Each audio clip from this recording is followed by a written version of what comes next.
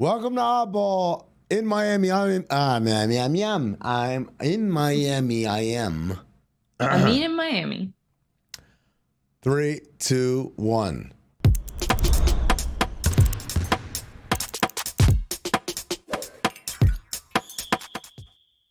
Welcome to Oddball. I'm Amin Elhassan in Miami, and over there in New York City is Charlotte Wilder. Say hello, Charlotte. Hello, Charlotte. Oh, she knows how to do the joke. Everyone loved the Eddie Johnson conversation yesterday, so you know what today we have? More Eddie Johnson. That's right. More of our conversation with Eddie Johnson, SiriusXM NBA Radio host. He's the color analyst on all Suns local broadcasts.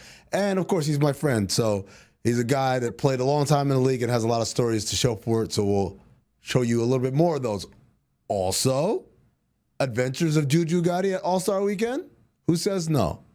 Nobody says no. I certainly say yes. I mean, I'm going to tell you right now, give one guy a microphone and a camera, nobody does man on the street better than Juju Gotti. Nobody. Not even Guillermo from Kimmel, who I have a lot of respect for. You. So we'll have more on that. But Charlotte, we didn't get to this yesterday. Jacque Vaughn was let go by the Brooklyn Nets over the All-Star break. And yesterday they announced a replacement, Kevin Ollie.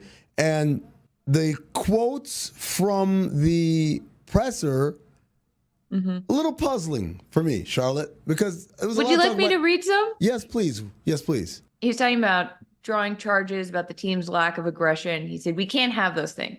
That's losing basketball to me. Winning and losing, that's part of the results, but it's also the process. And the process is these EGBs and how we get lost in these things and how we hunt for them each and every day. I want hunters. If you hunt, you're going to play. If you don't hunt, you're not going to play." What? That dog don't hunt. Yeah. Quote Kevin Ollie. That dog don't hunt. So Kevin Ollie, obviously long playing career in the NBA, has been an assistant in the league. He's been a guy that a lot of players around the league really love and admire. I know Kevin Durant thinks very highly of him, as does a lot of the guys that were with him in Oklahoma City. Kevin Ollie won a national championship at UConn when, Kemba Walker and them boys, to quote my man's two gods, went on a magical, incredible run that started in the Big East tournament and ended with a national championship. To take a step back and talk about what Jacque Vaughn's downfall was, there was no structure. The players ultimately felt like they weren't being given the tools to be successful. Routinely, when asking what kind of coverage they were in or what offensive set they should be running, instead, Jacque Vaughn's kind of thing was play harder, which sounds eerily similar to, energy, right? Which is, albeit it sounds a lot more polished when you call them EGBs or whatever, but at the end of the day, it's still the same concept of, we're not talking about, hey, are we icing on the side pick and roll and sagging in the help? We're not talking about that. We're talking about just play harder. And ultimately in the NBA, yes, you got to play hard. Absolutely. But nothing makes players not play hard more than feeling like, what are we doing here? We don't know what we're doing? All right, and then I'm not going to kill myself. Well, there's also, it's like not even just play harder, it's play smarter. Like all they're asking for is like a plan, is a reason to play hard. I think that if someone's just like, go out there and do it as hard as you can, and then players are like, what is it? Like define it, like hunting. It all just feels sort of like platitudes for describing things that are not specific. And I think that specificity and expectation is so huge in the NBA because, we talked about this before. We talked about this with the Bucks when they fired Adrian Griffin of like, guys want to know what their roles are and they want to know that there's a system and they want to know that that system is leading to something. I wonder though, if it's sort of like first of all, the Jacque Vaughn thing is interesting to me too, because he came in after Steve Nash was fired, obviously last year, when the whole team sort of blew up. And I went to Nets Media Day this year, and he was talking about how he was excited to have had an off season where he could implement a plan, where he could have time with players, where he could have his coaching staff come in. And it feels like, that failed very quickly. Am I wrong? Like it felt like, or is this actually longer than you would think he should have if it was going that poorly according to players? I would say the things that I heard behind the scenes combined with what I heard Shams Charania report earlier this week when he talked about it, was very congruent. And both of those things were, nobody knows what the hell we're doing. And every time we're looking for guidance in that way, all we're getting is play harder, play harder, play harder, which that works for my kids' middle school team. It does not work on a pro level, even with good players. I think the Nets roster has a lot of good players. Like, this isn't a Detroit situation where it's like they've got guys who are not NBA caliber rotation players in the rotation. These are legitimately good players that if they had a dispersal draft, every one of these guys would get picked up and would be a rotation guy somewhere else, right? Yeah. But when you say, first of all, Mikal Bridges is my best player, there has to be an understanding that Mikal Bridges is not a throw him the ball and go get me one type of player. He's not Kevin Durant or James Harden. He's a guy that needs structure, down screens, pin downs, and like stagger screens and cat and mouse game on the weak side and all these things, right? That's what he needs. Just got to be on the same page with, everybody, with the coaches and players. They got to hold us to the standard. We got to hold each other accountable. We got to play hard. It's all of us out there. And we all got to be on the same string all together and do all the little things on the court, learn, know what we're doing. So when we're out there, there's no thinking. You don't, guys that play basketball, play a sport, you don't want to be out there thinking. You got a lot of other stuff going on, who you guarding and all that stuff. You don't want to think on what your principles are. You want to know what you're doing on both ends. And I think that's where we got to get to. But players on us, we got to keep each other accountable. We got to play hard. We can't mope around. And, I've had bad body language just personally, and that comes through frustrations. I want to win, but I can't let that get to me where I show to my teammates that, like, I'm down and I just shut down. Like, I got to, even times get tough, pick your head up and be ready. He needs a structured offense in order to be the best version of himself. Right? That's going to be an offensive talent. Obviously, there's another version of himself that what he was in Phoenix, where it's a 3-and-D guy. But in order to expand it to a guy who can average 25 a game, you got to play him in a structure. You can't just throw him the ball and say, go get one.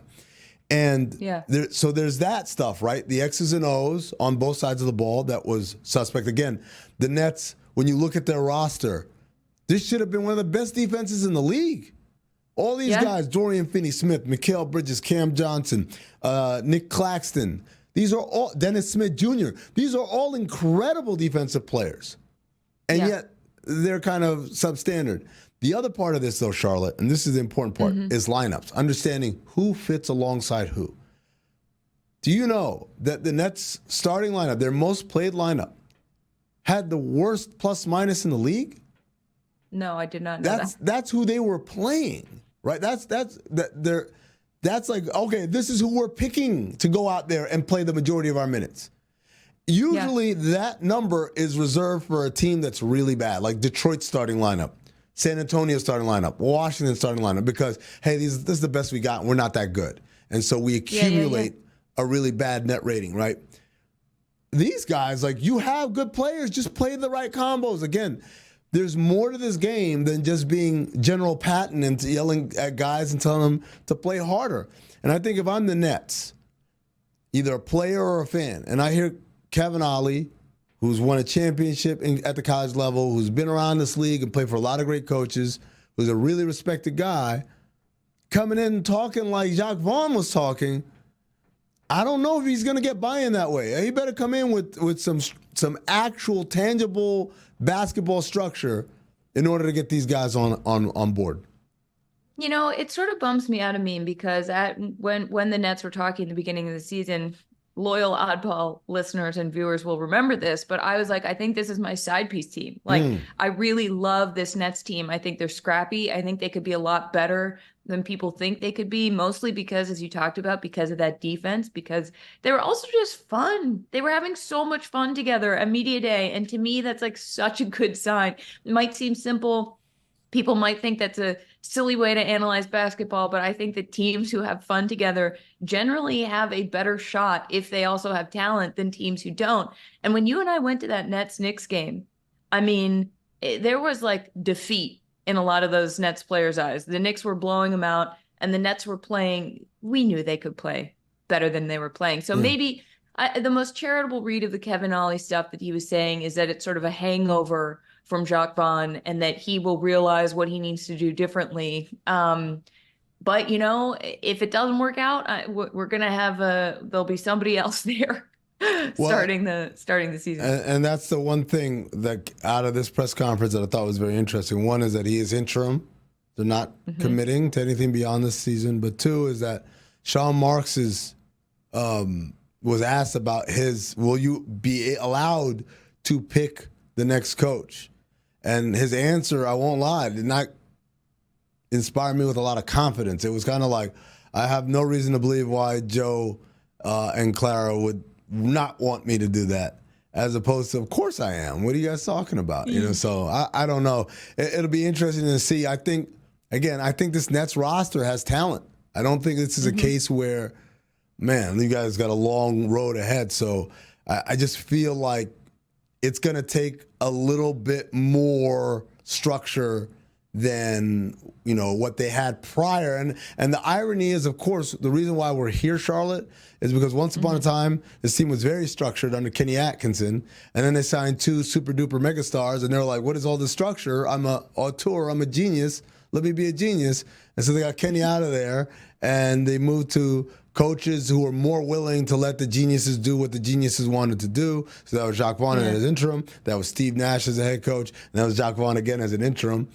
And now this is one where it's like we need lines. We need lines so these guys can paint between the lines. Well, life comes at you fast, Amin.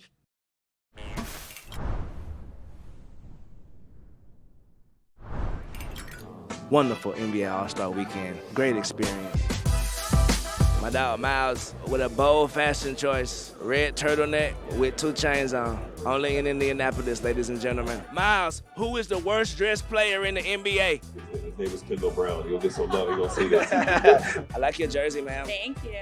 Very fresh. Don't call me ma'am, though. Well, what do I say? I like your jersey, sis. Yeah, that's better. What do I call you, though? Like, Sir. Sir. So sir and ma'am. Okay. Thank you, sir.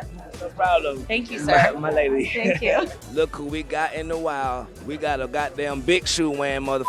Look at Amin's shoes right now. Ladies and gentlemen, where is the yellow? This boy got on gloves, the jacket.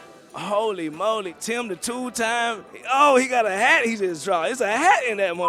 I told everybody that today was going to be the day I was going to be out there with it, so this is it right here.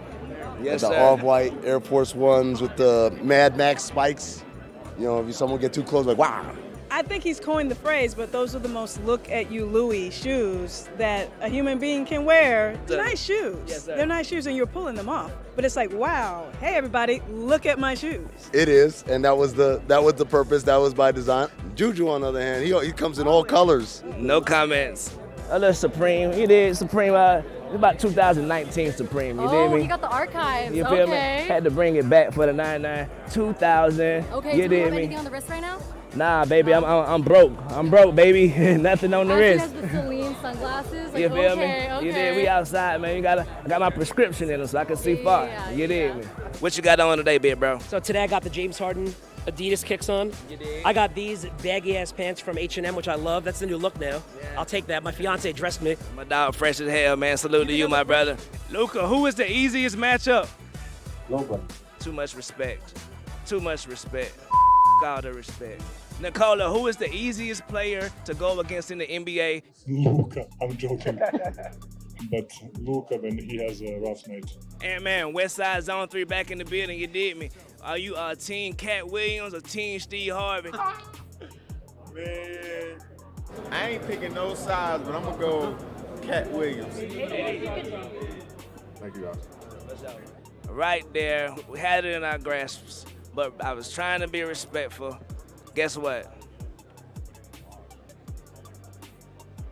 That's the gloves coming off. Let's do this.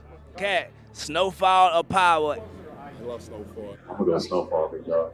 Franklin Saint. Snowfall. I'm gonna go Snowfall. I don't watch either, brother. Oh, damn. Neither. Paulo, Snowfall or Power? Oh, damn. At the buzzer, right in the gonads. Damn it. It hurts that much more whenever you're about to get it out and then they be like, no further questions. We introducing my sister to a TV show called, what did you call it? I'm not repeating. I would like to be excluded from this narrative. She said powder, ladies and gentlemen. Okay. In fairness, we were just talking about snow, how it was snowing. You said snowfall, and I thought you said snowfall or powder. And I was like, the kind of snow it was? Because I'm the whitest woman in America. How about sweet tarts or sweethearts? Ooh, sweethearts, for sure. What do you got? I like the sweet tarts. I think sweethearts should be banished from the earth. I think they are so disgusting, along with Heath candy bars. Heath candy bars are good. Heath candy bars are good, ladies and gentlemen. I have a question. Why do you hate love? That's the most important question. I don't know why I hate love. You're right, Miss Rachel. I need to get better. Thank you so much. I'm gonna work on myself. Thank you. Back to you, Bob. I am Eddie Johnson, and this is Story Time.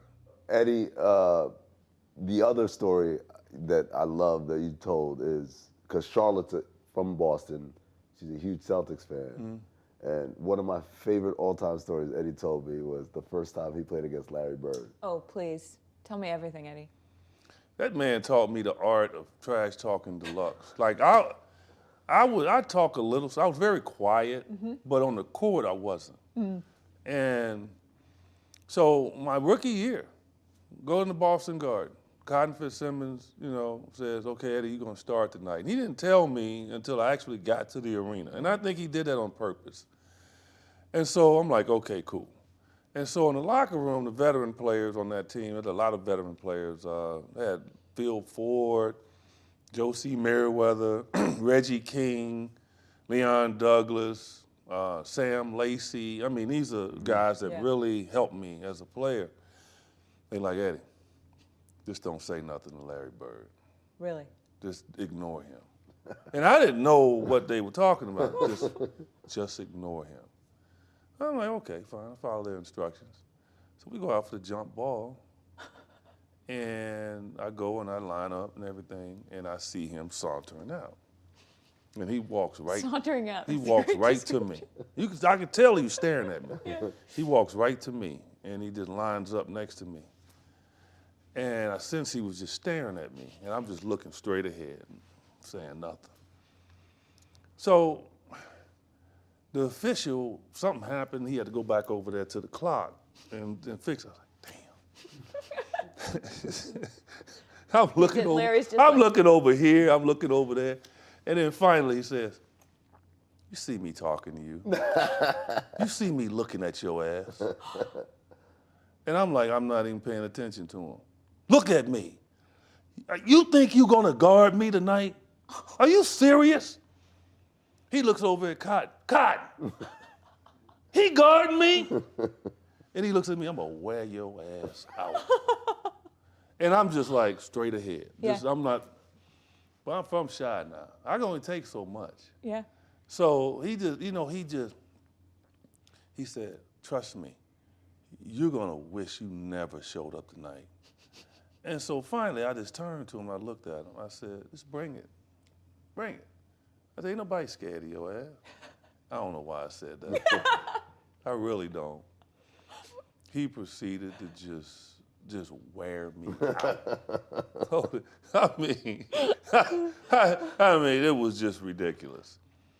And, but offensively, I could always hold my own. So I was scoring on him, but it was like here and there, far between. I mean, this dude coming down, they isolating me. He couldn't move me because I was strong back then, but it was just, he recognized that, so he just started facing up on me, just educating me. He's talking to me the whole time. Really? Oh, yeah. Trash talking? Get your hands up. Get your hands up. No way. Oh, yeah. Are you kidding me? Oh, He's coaching you up while he's giving you words. Get your hands up. Become a screen. just talking. So I'm like, so I got a little hot in the middle quarters. I hit about 2-3 in a row. I said, take that, you bitch. I'm talking. And he cursing at me, and it was really bad. And so I said, okay, fine. He comes down, and he shoots about Steph Curry range, and he misses the whole rim. And I started laughing. And he said, see, you don't understand the value of what just happened. I'm like, I can do that and stay in the game. Can you? Oh my God. Eddie. It was, I'm telling you, after that, and then Cotton got mad at me because I got a little individualistic. And I was getting ready to get on the bus the next morning, and he's like, "Why are you getting on the bus?" I'm like, what do you mean? He said, "Oh, you got waved this morning." That's a true story. No. My heart about dropped. Oh my God. And I turned around to get off the bus. He said, "Get on the bus." Oh man, that's not a That's mean. not a cool joke, man. That's mean. But I'm telling you, but that's how hard Cotton Fitzsimmons was on me. Yeah. And he was like a father figure. Yeah. I mean, I loved him, he loved me, and it was a humbling experience. And it led to the next time I faced Larry, about 3 weeks later. And I was playing good minutes. I was, I was playing, and so he comes in to Kansas City, and I'm ready for him. Same stuff. He talking junk. "Oh, I got you again, huh?" I said, "Yeah, you got me again." I proceed. I'm just wearing him out. Okay, one of my hot games. I'm wearing him out. But he still got about 25. It's not like he ain't wearing me out. And so he looked at me, and he's like, "Okay." So he said something to me I didn't like. So I said, "Okay, I'm gonna get him." So I went in, I drove, I gave him an up fake, and I wasn't even trying to score. I didn't care about scoring the ball, nothing. All I cared about was inflicting some pain. Yeah. And so I caught him with an elbow when I went up. And luckily the ball went in and they called a foul on him. And, and I knew he was staring at me, and I knew this was gonna escalate. So I'm standing there at the free throw line, again, a little delay, and they finally give me the ball. But before they gave it to me, "All you can do is score." That's what he said. "All you can do is score." And I noticed that he was bleeding. And I said, "I can make you bleed too."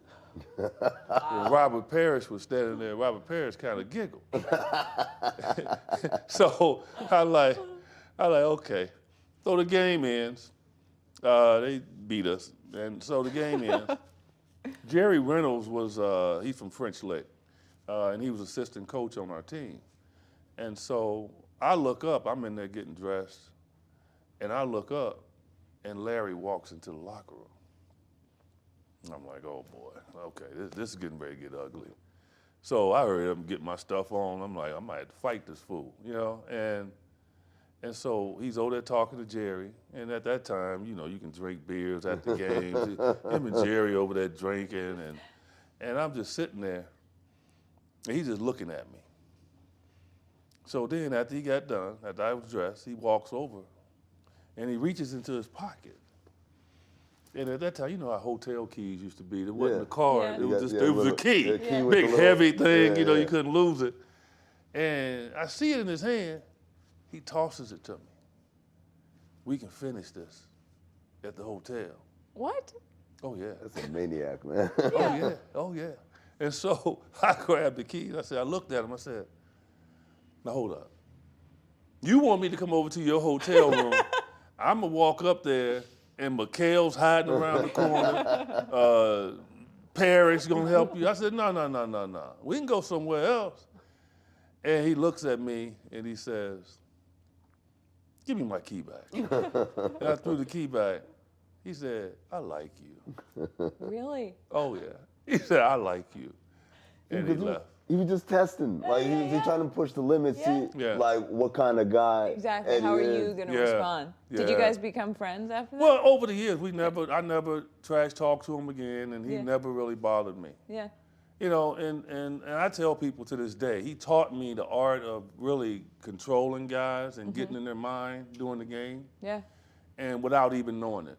It wasn't like he set me down. He was coaching you in various ways. Yeah, it's just my interaction with him and then watching him. He didn't know this. He was one of my favorite players. I watched him. Wow. And so I picked up a lot of different things in watching him. And just to have that interaction and to go back and forth was huge. All right, we got a lot more to get to with Eddie Johnson. He's a man of many stories, so stay tuned. Thanks. Thanks for watching Oddball. We're trying to do a show here. Do you mind? God damn.